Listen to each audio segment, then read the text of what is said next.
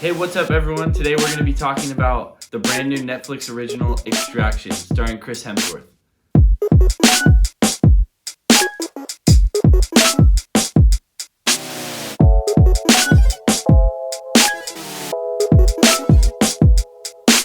Hey, before we move forward with talking about Extraction, make sure you push subscribe and hit that little bell so you know every single time we upload a new video. Alright, so we're going to start it off with the good, everything that we liked in the movie, then we'll move into the okay, and then we'll finish it off with the bad, and then our crazy reactions to the movie, things that shocked us that we didn't think were coming. So first off with the good, the fight scene 20 minutes in is just epic. I mean, Chris Hemsworth is a solid, he's a badass, dude.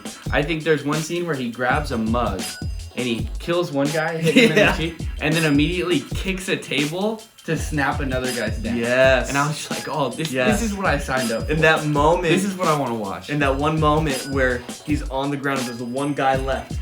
And he's on the ground and he's slowly just pushing him into the rake. And they're literally just slowly going into the rake. And I'm just sitting there going,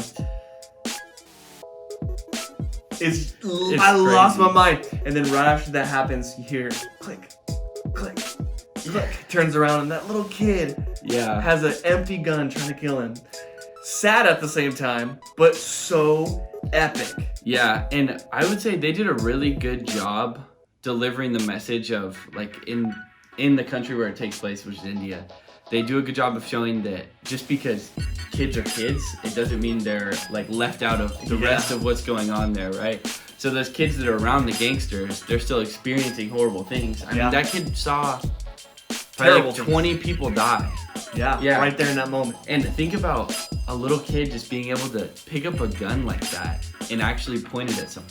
Yeah, so crazy. It's crazy. The fight scene was super real though. Like it felt engaging. Had it felt John Wick real. Vibes. John Wick, Major very John Wicky, yeah. And I say Wicky. I don't know why I said that, but John Wick style for sure. But Chris Hemsworth, the way he portrayed it, the way he was able to make me believe what was happening in that moment was so epic. And honestly, that's what I live for. I live for fight scenes just like that. Yeah. And let's be honest, I don't know if I can ever see Chris Hemsworth in a serious movie where maybe he's dramatic and he's in a love relationship and there's no fighting or being funny. Like, I just don't know if I can see it. You say that, but I feel like there's a lot of women out there that would really love to see Chris Hemsworth in one of those sappy love movies. Oh, for sure they would. They for sure. It doesn't matter how good he's acting. But could you imagine him in The Notebook? Like, really?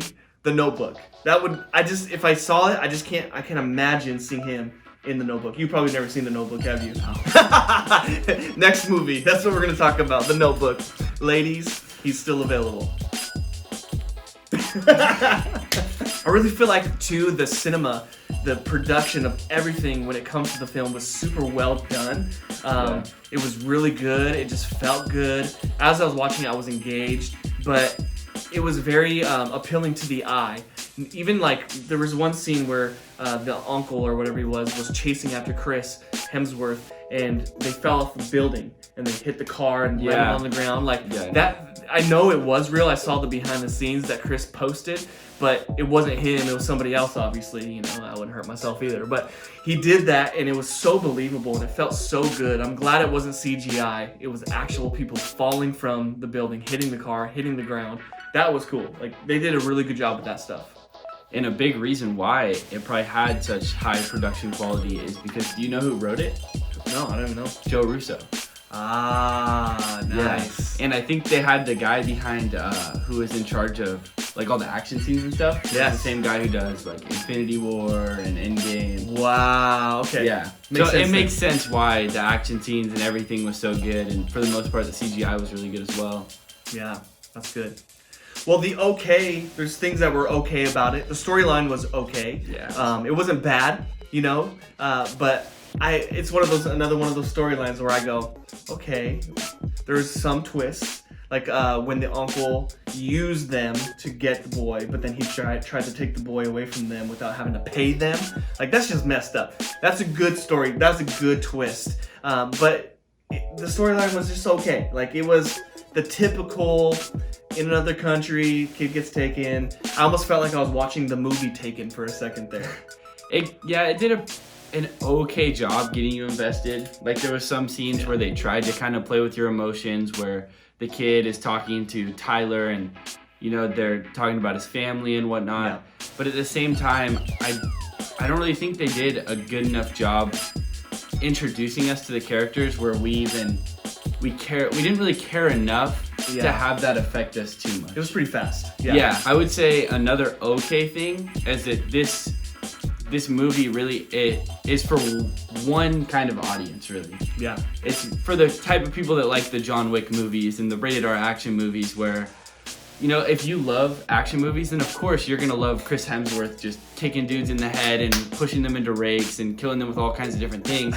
But like my mom walked in the movie when I was watching it for the first time, and she's like, "What are you watching?" And it doesn't matter how great of a movie it was, how good production, it's not gonna appeal to the type of people that don't like action movies. So true. I know. I was watching it. My wife walked in and she goes, "I'm literally gonna have nightmares after this. Please change the movie." And I was like, "You're right. It's not for you," but I was invested because I loved seeing the scenes so much. So that was good. I love it when the uncle or the guy who's running the business and Tyler begin to work together because they both have one goal in mind: save the kid. And even though he wasn't getting paid, even Tyler didn't get paid, he kind of got screwed. He still decided to have a good heart and a good mind and do the right thing, even though the people who he worked for were like, "Just leave the kid, whatever happens, happens." He had a big heart. That was, for me, that was kind of cool. Yeah, I like seeing that someone did the right thing. You said kind of got screwed over. No, he got screwed over. A bullet through his neck. He didn't kind of get screwed over. So true. So true. There's one thing that really bothered me. We've talked about this in our past videos where I'm more the creative one, where I'm looking at the way they did things, the scenes and all that stuff. But one thing that really bothered me when they were in the van, him and the boy, and he says, "Jump out." And they jump out. Right in that moment, all the production stuff that I said that was good kind of just got thrown out the window. It's almost like, "Hey, let's hire the intern to do this part for us. Hey, intern, come here. You've never done CGI before? Okay, come in. This is your first chance. Let's make it happen." The intern takes the opportunity and makes this car crash happen, an explosion.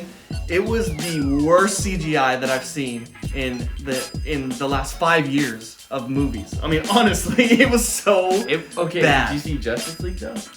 Yeah, it couldn't have been worse than Henry Cavill's CGI mustache. It was bad. They had to take his mustache off, remember? Oh my god. It couldn't have been worse than that. Because I didn't even notice it. I noticed it. It was bad. One of the things that I thought was really bad was I hated the ending. Because right when he fell off the bridge, I was like, he and the kid had the talk earlier in the movie, and he says, what does he say? How do you stop drowning or whatever? You put your head above the water or whatever. It was some cheesy line. Yeah. It was sentimental and stuff. So what did you like about it? I didn't like that they made him survive. Oh, that they made him survive? Like if they were gonna have him get shot in the neck and have him like have that hero moment, I felt like they should have just killed him. And I felt like if they weren't gonna do that, he should have had some like badass way where he takes down everyone and gets in the helicopter and takes off, and you're like, okay, he did survive. But you see a bullet literally go through his neck. You do. I personally like the ending. I like the fact that he survived. Like at that very last scene where the kid comes out of the water and you see Chris sitting there. Yeah. Like to me, that I was like, yes. Like this was on he did that. He faked his death so that he wasn't going to get chased by the bad guys anymore. So they think he's dead. Now he can live a normal life and go visit the kid who he saved, and they're going to be best friends forever.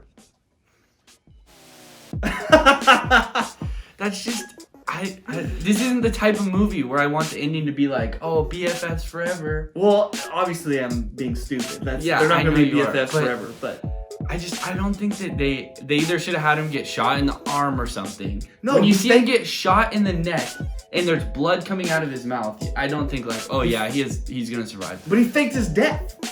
Okay, but if he didn't die, but he didn't choose to get shot in the neck. But if he didn't die, the bad guys who shot him, they would have kept going after him until he was dead. So if that didn't happen, if he didn't die right then and there, and he could fake his death and then live a good, quiet life after that, I'm just saying. So what if the kid would have just shot him in the head instead of the neck? The kid? Yeah. Remember the kid that we see that survives? Yeah. then he dies. But the point is that he survived and made it happen. Like, he was able to live a good... I kind of feel like he wanted to live a quiet life. And he was kind of almost done with it all. But he decided to go with it. So he faked his death, and he was able to survive. I liked it. I thought it was great. Okay, moving on to the reaction, the parts that shocked us when we were watching.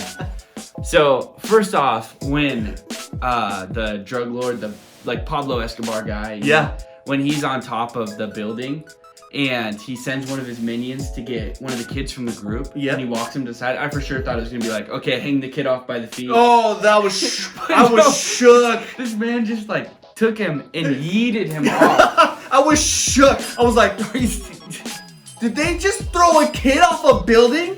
What is, like, I almost turned the movie off in that moment because I have my own kids and I was like, oh my gosh, I cannot believe that just happened. Shook.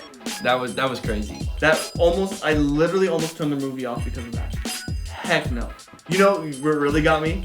What? I love Stranger Things. I'm a huge Stranger Things fan. When I saw Hopper. Oh yeah. I say Hopper. When Hopper shows up in the movie, I go, oh my god, Hopper's alive. Obviously, we all know Hopper's alive. We all saw the trailer for the Stranger Things. If you don't, sorry.